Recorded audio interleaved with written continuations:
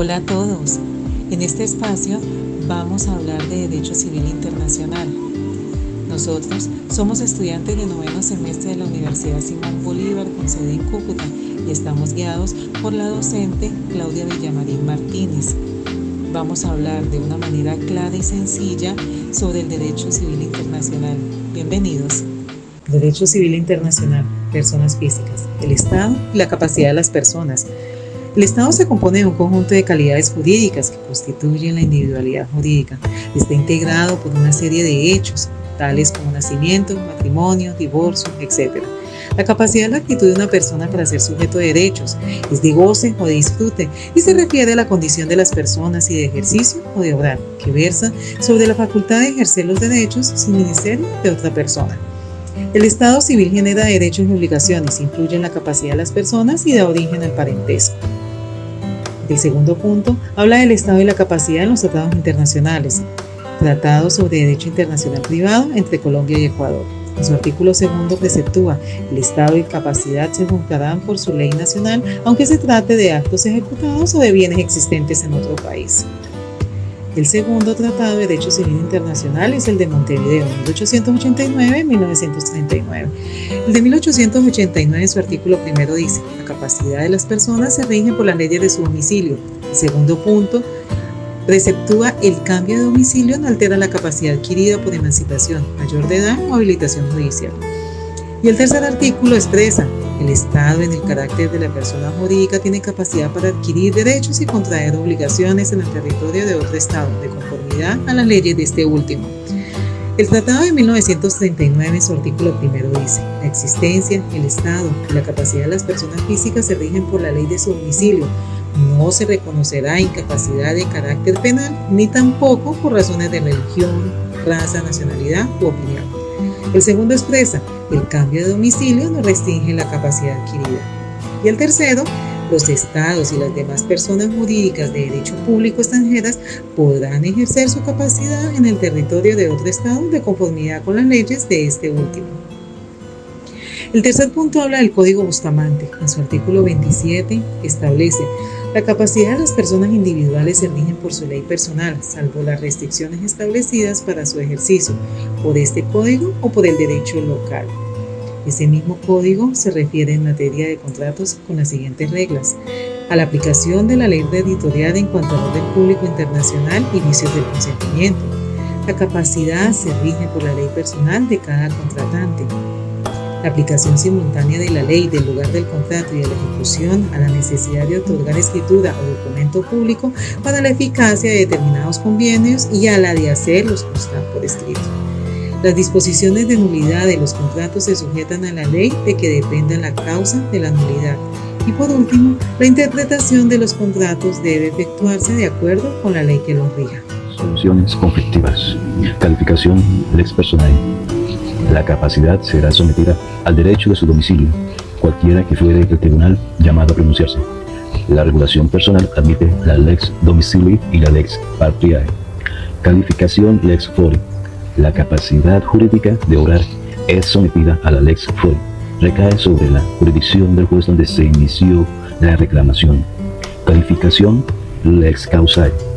Se regula la capacidad jurídica por la ley donde se realizó el acto.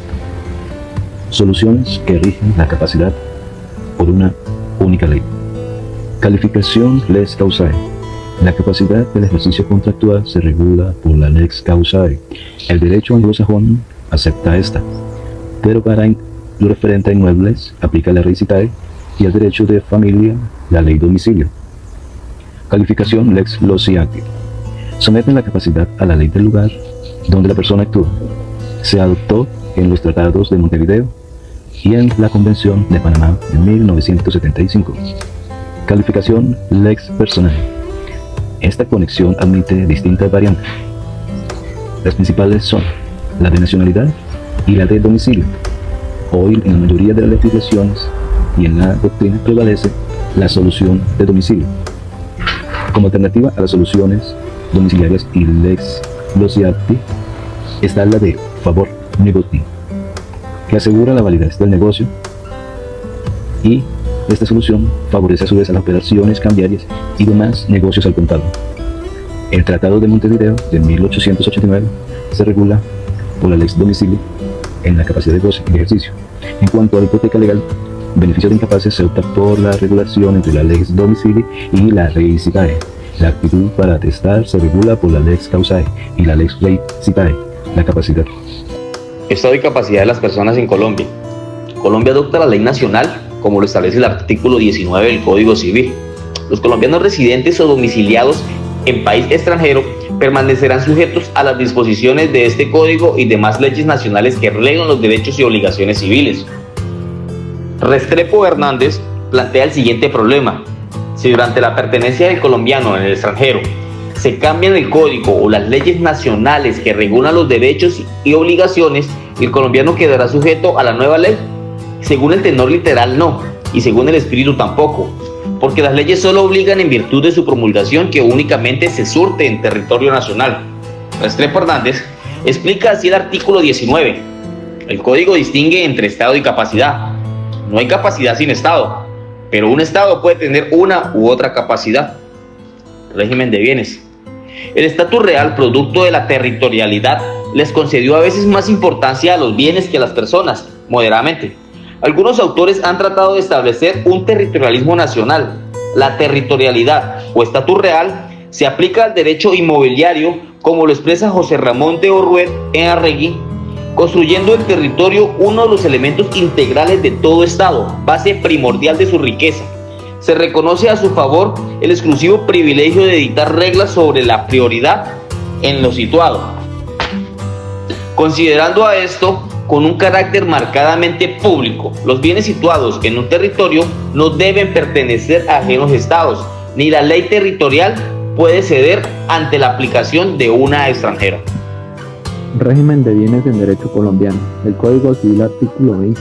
Aplicabilidad de la ley en materia de bienes. Dispone que los bienes situados en los territorios y aquellos que se encuentran en los estados en cuya propiedad tenga interés o derecho a la nación están sujetos a las disposiciones de este código, aun cuando sus dueños sean extranjeros y residan fuera de Colombia. Estas disposiciones se entenderán sin perjuicio de las estipulaciones contenidas en los contratos celebrados válidamente en países extraños, pero los efectos de dichos contratos, para cumplirse en algún territorio o en los casos que afectan los derechos o intereses de la nación, se arreglarán en este código y demás leyes de la Unión. Forma de los actos jurídicos. Para que un acto jurídico sea válido, debe reunir determinadas condiciones de fondo y acomodarse ciertas condiciones de forma. La forma hace posible la manifestación del querer interno de las personas. La forma en la manera de manifestarse la voluntad. La regla locus regis actum significa que un acto puede realizarse en la forma del lugar de su celebración, según el cual un acto jurídico está sometido a las condiciones de forma impuestas por la legislación vigente en el país donde fue concluido. Los actos jurídicos están regidos por la ley del lugar en que fueron celebrados, es regla principal. Loc lat, cuyo significado es: los actos jurídicos son regidos por la ley del lugar de su celebración. En consecuencia, cualquiera que sea la nacionalidad de las partes y el lugar en que haya realizarse el negocio, la ley local determinará las formalidades extrínsecas de los actos jurídicos. Ahora, en cuanto a las obligaciones y los contratos, es importante tener claridad que la obligación es ese vínculo mediante el cual una parte queda sujeta o obligada a la otra para dar, hacer o no hacer una cosa. Entre las fuentes de las obligaciones tenemos que son el acto jurídico, el hecho ilícito, el enriquecimiento sin causa y la ley.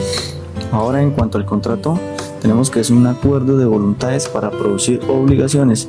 Eso se encuentra contemplado en el artículo 1502 de nuestro Código Civil colombiano, que nos habla de los requisitos para la validez de los contratos, que son la capacidad, el consentimiento, el objeto lícito, la causa lícita, y aunque la norma no lo determina de forma expresa, pero sí debemos implementarlo, esa solemnidad. Ahora, en cuanto a la ley que rige los contratos, es importante distinguir o tener claridad en cuanto a la capacidad, la forma y los efectos del contrato para poder determinar cuál es la ley que le rige en la celebración de un contrato.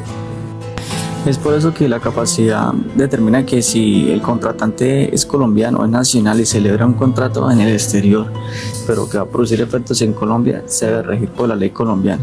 Lo mismo pasa con la forma exterior, que cuando se va a producir efectos en este país, que se refiere a bienes situados en él. En este caso, obra la restricción estatuida en el artículo 22 para los que exigen formalidades de los contratos solemnes, no para la prueba, sino para la asistencia jurídica del acto de contrato.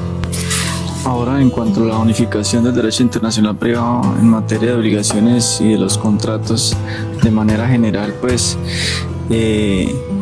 esta uniformidad se da o se logra por medio de esos principios contenidos en los tratados internacionales, en los principios generales de interpretación, en la misma jurisprudencia comunitaria y en esa misma normatividad que contemplan los estados. El Convenio de Roma sobre la ley aplicable a las obligaciones contractuales. Antecedentes: el tratadista José Antonio Pérez Vega respondió a la necesidad de remediar la diversidad de normas en conflicto de los Estados miembros y paliar el carácter insuficiente de la unificación, tanto de derecho material como de las normas en conflicto. Explica que, antes del Convenio de Roma, las soluciones retenidas en materia de ley aplicable a las obligaciones contractuales eran diversas y frecuentemente jurisprudenciales y doctrinales. Dichas soluciones eran difíciles de delimitar con exactitud y susceptibles de cambio. En el ámbito de la aplicación material, en el artículo 1 se establece: las disposiciones del presente convenio serán aplicables en las situaciones que impliquen un conflicto de leyes a las obligaciones contractuales. Se excluyen el estado civil y la capacidad de las personas. Igualmente se excluye las obligaciones derivadas de instrumentos negociables, letras de cambio, cheques y pagarés. Se excluyen también los convenios de arbitraje, de elecciones de foro, y así como el derecho a la sociedad, la constitución de los trusts, la prueba del procedimiento y los contratos de seguros. En la determinación de la ley aplicable, en el artículo 3.1 del Convenio de Roma dispone lo siguiente: el contrato se rige por la ley elegida por las partes. Se consagra como primera conexión a la autonomía de la voluntad, que no se debe confundir con la autonomía de la voluntad material o negocial. Autonomía de la voluntad en los contratos internacionales. Las partes pueden elegir el derecho aplicable al contrato. Por esta decisión excluyen la aplicación del derecho que las normas de conflicto del juez indican como aplicable al contrato. La exclusión del derecho elegido por las normas legales de conflictos legales incluyen tanto las normas dispositivas como las imperativas. En derecho colombiano, las partes pueden designar el lugar de cumplimiento del contrato. Sin embargo, no hay norma expresa sobre la posibilidad de que las partes determinen la ley aplicable al contrato. Por interpretación extensiva, se puede entender que las partes fijan el lugar de cumplimiento. También pueden designar el derecho aplicable al contrato.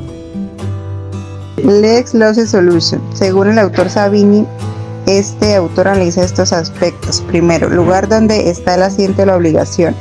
Segundo, jurisdicción especial llamada a decidir de ella. Tercero, derecho local aplicable. La Lex Lawsuit Solution es donde se origina y se celebra el contrato. Indaga por el lugar que debe considerarse asiento de la obligación y le da preferencia al lugar de cumplimiento por ser cierto y concentrar la esperanza de las partes. La jurisdicción de la obligación debe fijarse en el lugar en que se debe cumplirse.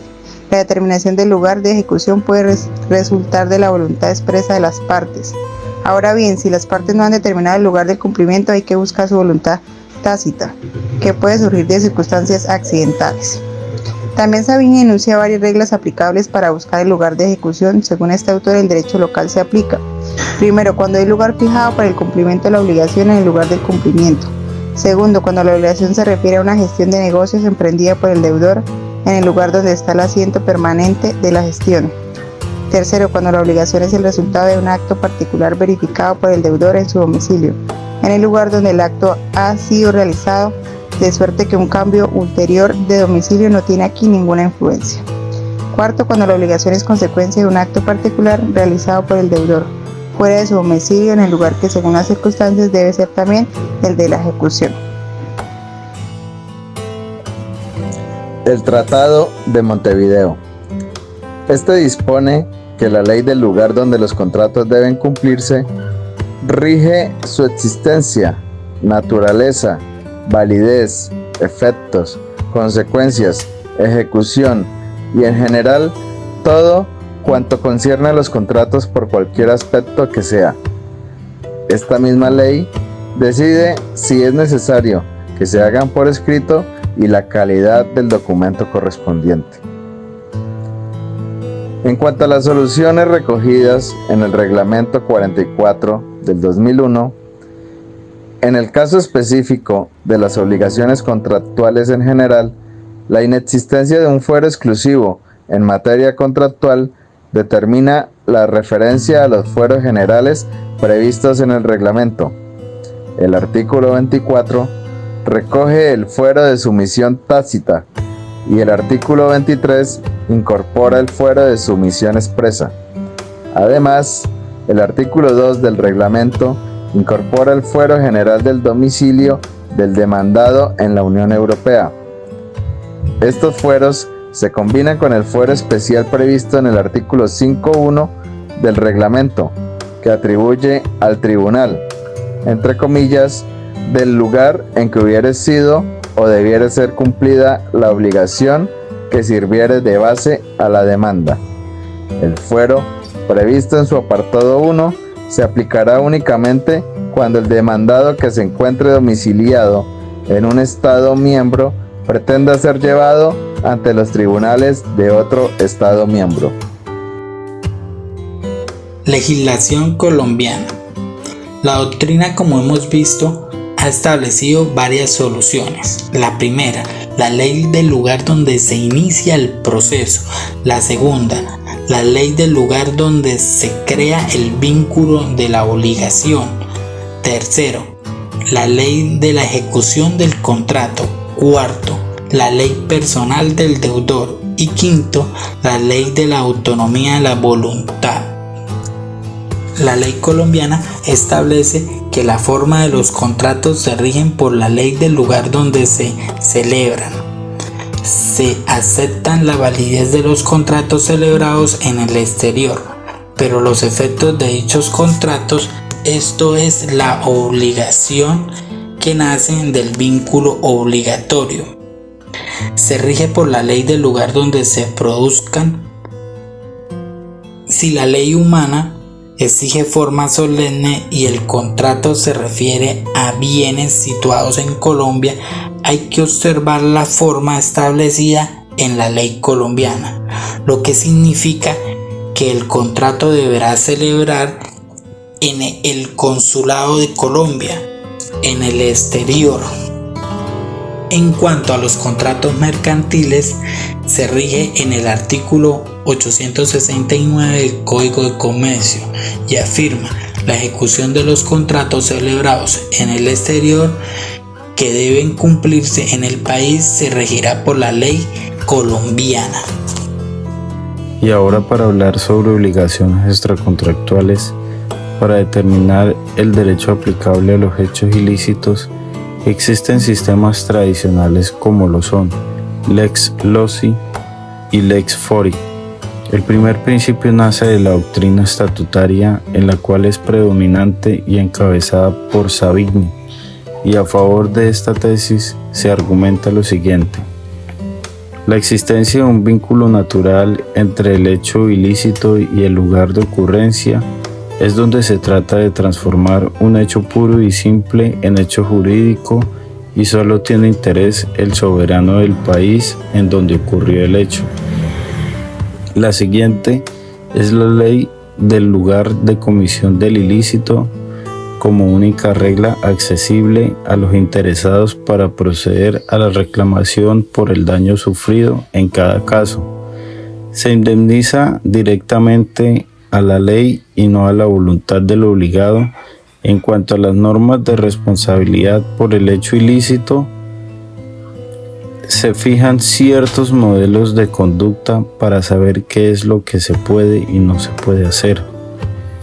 Ahora bien, la Lex Fori se fundamenta en el carácter constitutivo y que la doctrina en algunos países atribuyó a las sentencias judiciales que condenaban el pago de indemnizaciones por daños y perjuicios derivados de hechos ilícitos.